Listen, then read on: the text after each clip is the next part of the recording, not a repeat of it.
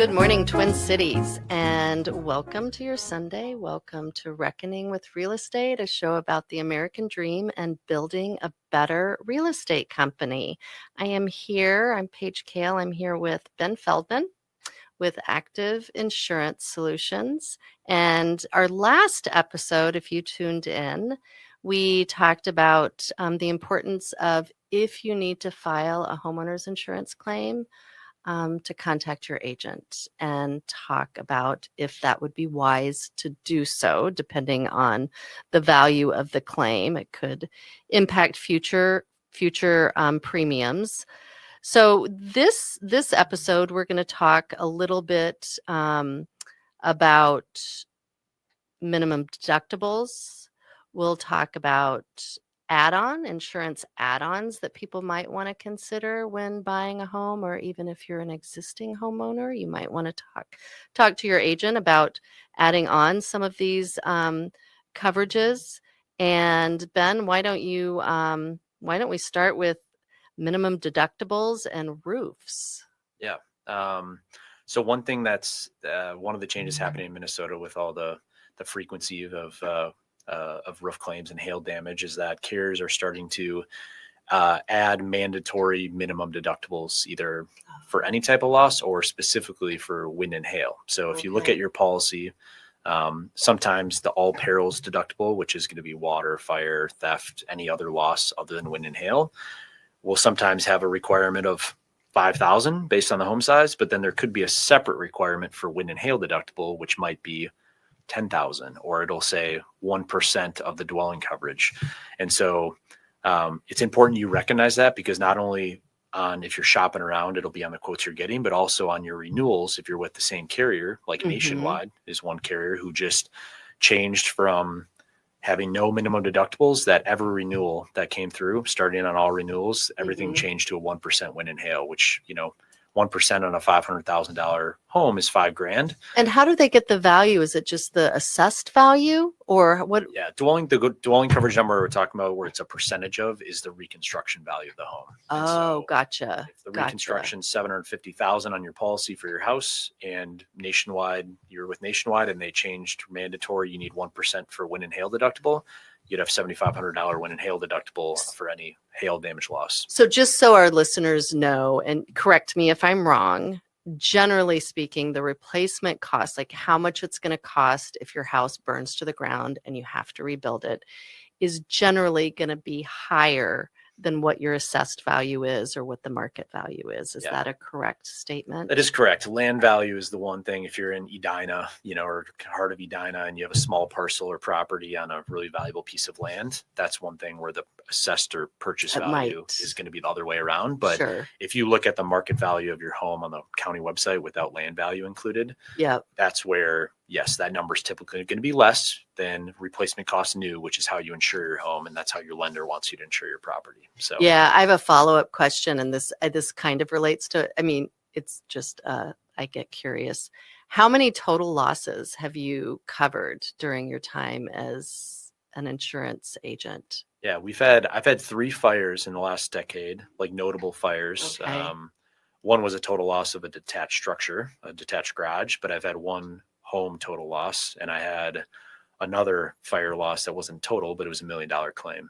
Okay. So thankfully only been through one with that, but yeah, it's not super common. But when it happens, it's very expensive. Right. And can be devastating unless you have the right coverage. No one thinks it can happen to them until, it happens, or that someone in their family is impacted by it, et cetera. So, deductible election, or we don't need that coverage in this. It's always tough until you go through a claim or two with home insurance and you kind of understand how insurance works.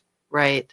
And we talked about in the previous episode about if you have a mortgage on your property, you have to have homeowners insurance. If you own your property outright, you don't have to have it. Is that correct? Yep. And that's a little bit of a dangerous game to play, but similar to when you have a vehicle, right? And you pay off the loan, you can do liability only on the car if you want to, but typically you only do that if the value is very low. And then you're willing to self-insure on, if it's $2,000, $3,000, $4,000 of value for your car.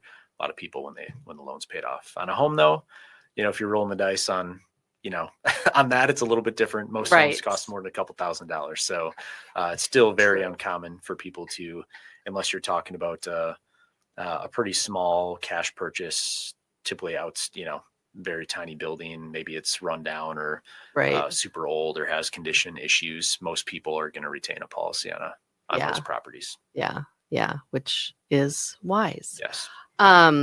Okay. So that's roof, minimum deductibles. I know, did you have something else to add about the I would just say minimum? make sure to review, even if you haven't changed policies, review your renewals, because sometimes the carriers make changes to the deductibles that are required on your policy.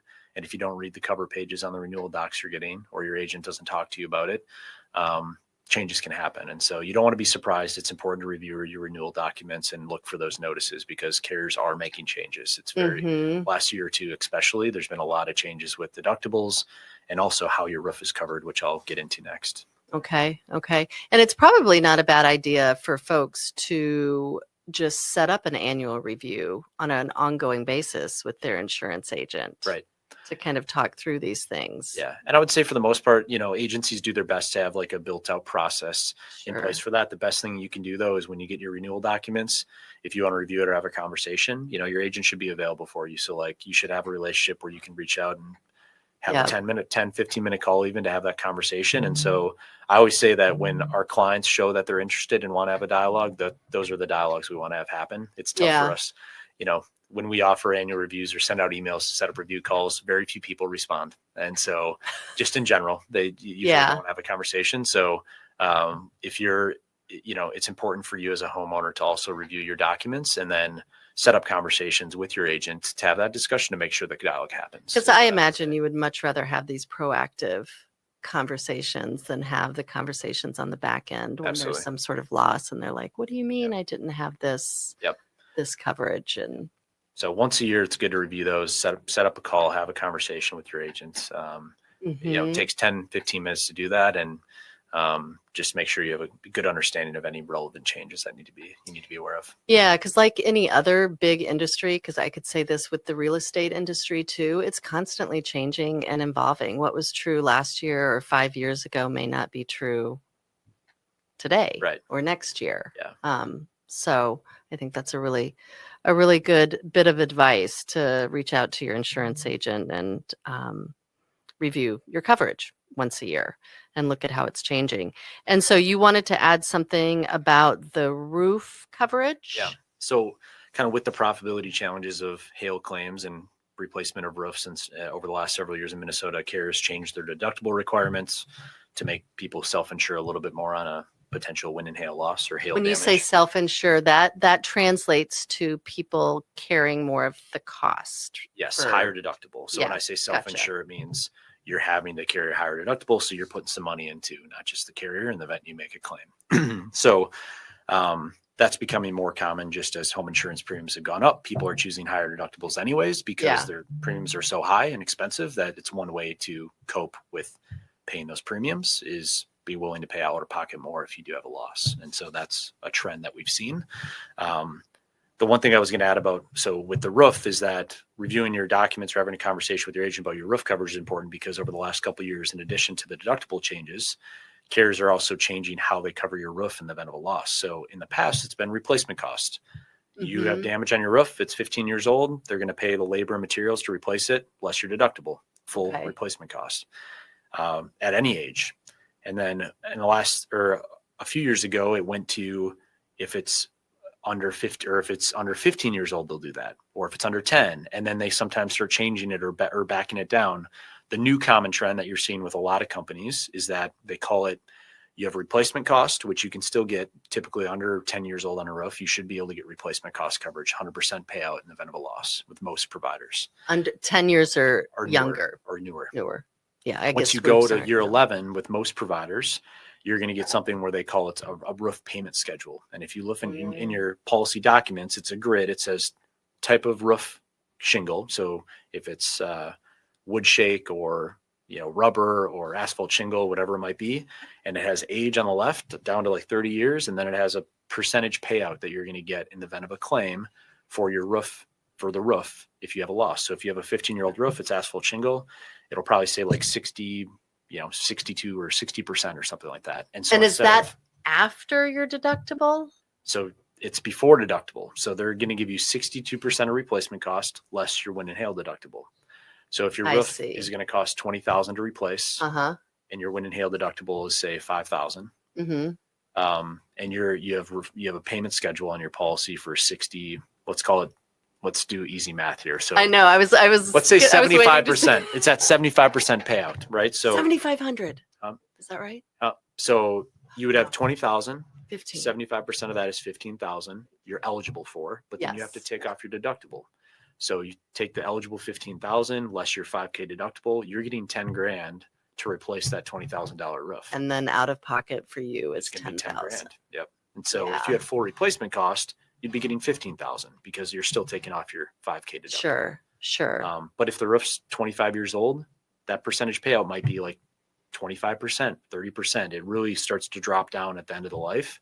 Yeah. Where just like an old depreciated car, if you have an accident, it's like market value of the car, right? It's typically is how you're paid out on your vehicle is comps in the market for a similar condition. Now with roof coverage, most carriers go into this payment schedule where it's going to be payout based on the age of the roof, which is how it should be, because hopefully the goal is that these insurance premiums are going to start to come back down, because right now, everyone. Do you think that will happen? That insurance premiums will come down? Carriers start to get competitive and try to earn more market share. So when there's good profitability for carriers, like in 2025, it was a profitable year in Minnesota for most insurance providers. Not a lot of hail. A lot of carriers took a lot of rate, and they were pretty profitable this year. Which next year I expect some carriers will be like, okay, let's get aggressive. Let's start owning more market share. And that's where you start to see carriers start to get more competitive on their rate to get the market back down. But it takes time, and it's not going to be immediate. Sure. Which is another reason why people should maybe shop insurance every few years rather than just staying with the same insurance company, which is so easy to do because you just don't have to think about it. Yeah. So especially in this type of market, it's good to be doing check-ins, whether, if you're working with independent, they can check options. But I do expect in 2026, there are going to be carriers out there getting really competitive to bring on new clients, because profitability was solid in 2025 and they want to grow their book. So we should start to see some options to move to new carriers with kind of that in mind. Okay, well, that's a positive note to end this segment on. We're going to go to break for a few minutes, but stick with us and we will continue our conversation with Ben Feldman. You are listening to Reckoning with Real Estate. We'll be back in a few minutes. Welcome back to Reckoning with Real Estate, a show about the American dream and building a better real estate company. I'm Paige Kale, and I am still here with Ben Feldman with Active Insurance Solutions. We've been talking about roof coverage for homeowners insurance, minimum deductibles. We're going to continue on a little bit talking about roofs, because that is the primary claim in Minnesota because of hail damage. So it's kind of a hot topic. Ben, you wanted to talk about roof exclusions. And then I had a question before we go into that.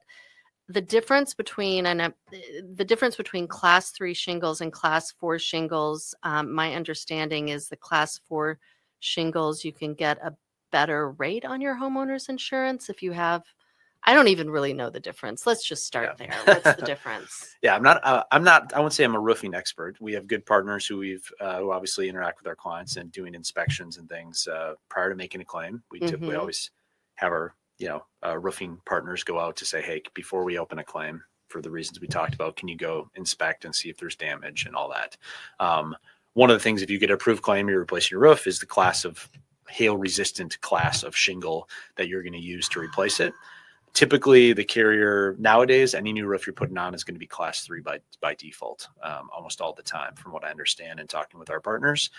Roofs 10, 15 years ago, that wasn't always the case, though. Some carriers, not all of them, provide a discount if you have class 3 or class 4 shingles. Some, it doesn't make a difference between the two classes. Like Homeowners is one carrier where it's 3 or 4. They consider that hail resistant and they give you a discount for it. Whereas other carriers like Pure Insurance, they do high value homes. They have a notable difference in credit between class 3 and class 4. Okay. And So class 4 just means it's more higher, resistant correct. to Yeah. hail. So sometimes you can talk with your roofing contact and they should be able to tell you the price difference. If it's a claim, the carrier will probably cover 3, but you could upgrade to do 4, and they'll tell you the difference in price.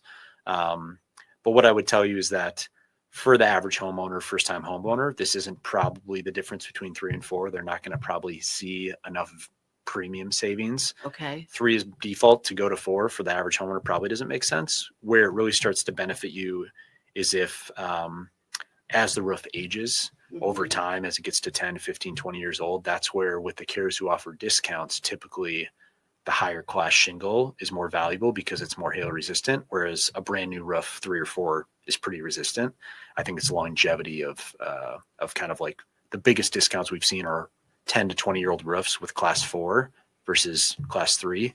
Some carriers will offer really nice discounts for that. So in general, I would say with how much hail we get in the state, like my recommendation, I wouldn't probably spend a ton of money to go to class 4. Again, you can talk with your agent about it if it's going to have savings on your policy, but from what we've seen, it's probably a unique scenario where we would really push someone to do it unless they're really motivated. Obviously, higher deductibles on wind and hail, the more resistant your roof is, the less likely you have to file a claim. So if you don't want to shell out deductible money, in 5 or 10 years and have a higher quality roof, that's also an option. Or you can consider metal, which is another option to replace your roof with a metal roof. Some people will spend the money to do that because it's more resistant than asphalt shingle to damage. And so metal roof is one that we're seeing used as well in Minnesota now, instead of just replacing it with shingles. Well, and we've talked about this before too, that this is why when you're looking for a home, you really want to know about these things. I mean, most people, when they're looking for a home, they're like, oh, is the kitchen, functional? Does it work for what I need? Or, how big are the bedrooms and things like that are kind of fun, which they are fun because you want to be able to live in a house the way you and or your family need to live in the house. But really, it's so important to think about the mechanicals and the structure and the roof and how old is it and what is the material and what is its life expectancy. Right. Same with furnace and hot water heater and the sewer line. Get the sewer line inspected if you're buying a home. Right. Just have that sewer inspection.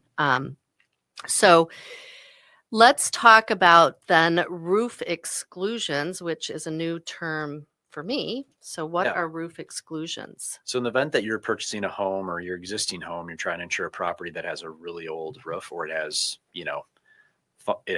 moss growing on it, or existing damage, or curling shingles. And you write an insurance policy with X provider, they come to an inspection and they're like, we're not insuring this. The condition is poor. There's a hole in the roof. Let's say there's a hole in the roof. Or, do all insurance companies do inspections, even like drive-by inspections, say? Most of them are still doing exterior inspections. They are. Okay. There are there is some now aerial imaging that's being used maybe for rural or things like that, but almost all the time, and when you issue a policy, you should expect it. It's going to be a third-party company who comes out and says, hey, we're with Millennium and we're here to do a walk around. People are like, who's Millennium?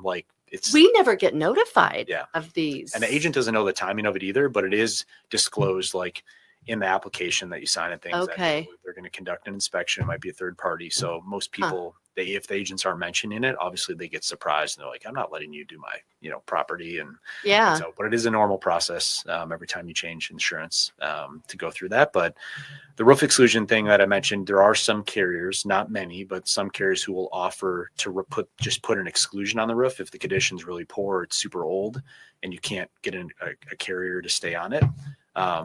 You can write it with an exclusion, which is going to exclude any damage to the roof as well as any damage resulting from the condition. So if water came through the roof, damage would be excluded, but it is a way to insure for all of their losses and get coverage in the property. And how do mortgage companies feel about that?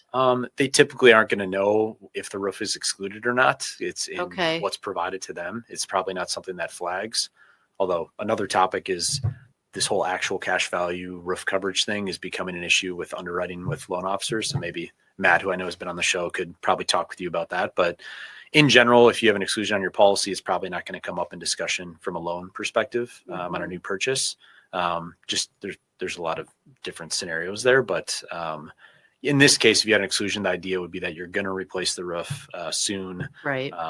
Or you're willing to self-insure on that aspect if you're not going to do it. But there are a couple carriers that will write it that way. If you're really struggling to get a home insurance provider to stay on it, because every time they come out to do an inspection, they're like, there's like curling shingles everywhere, Right.